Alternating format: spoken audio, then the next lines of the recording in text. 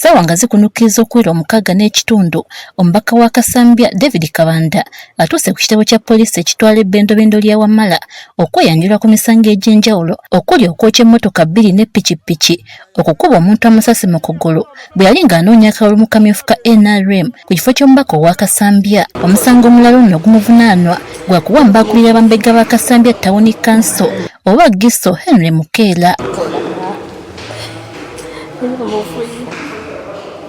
Ono okweyanjula azze ne ssentebe wa disitulikiti y'e Mubende Michael Muheereza Ntambi.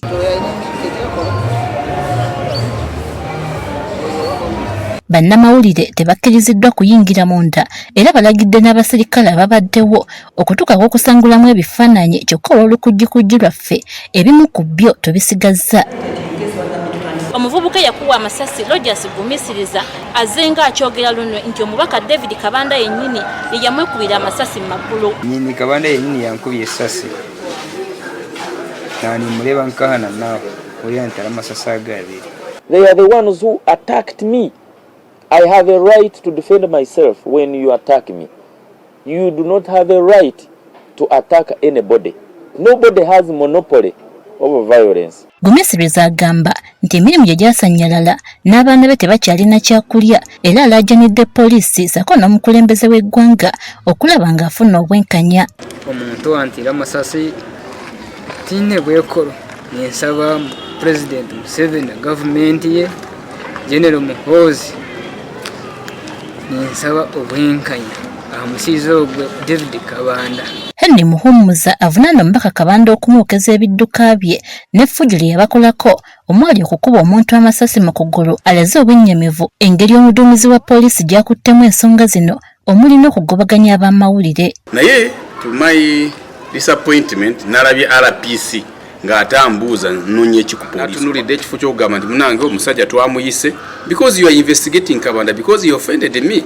Kabanda nze gwe yazzaako emisango tiyajjizza ku ggwe oba kuba ekikakyo, so twabadde disappointed. Nalabye nga bagoba b'amawulire babakuba muveewo mugende why are you fearing media ogityako ki bweba tubakola musango. Ono agamba nti kyokka musanyufu olw'okubanga omubaka David Kabanda kyaddaaki kyatuuseeko ku poliisi ng'oba oli awo banaafuna ku bwenkanya.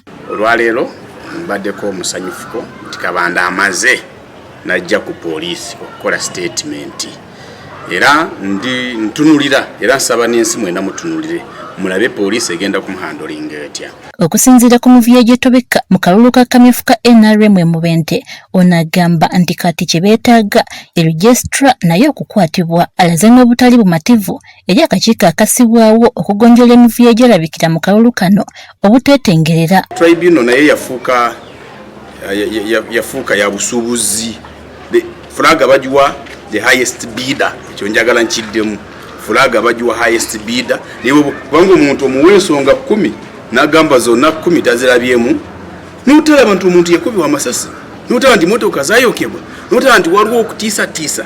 Nitwogera. Kyokka poliisi neera yelemye okubaako kyenyiga ku nsonga zino n'omu ku bakulu mu poliisi y'ebbendobendo lya Wamala atuuse n'okututegeeza nti omubaka Kabanda abadde azze wano ku nsonga ndala nnyo nga n'olwekyo ab'amawulire babadde tebeetaagisa kubeerawo. Barbara Nalweso, NTV Akawungeezi.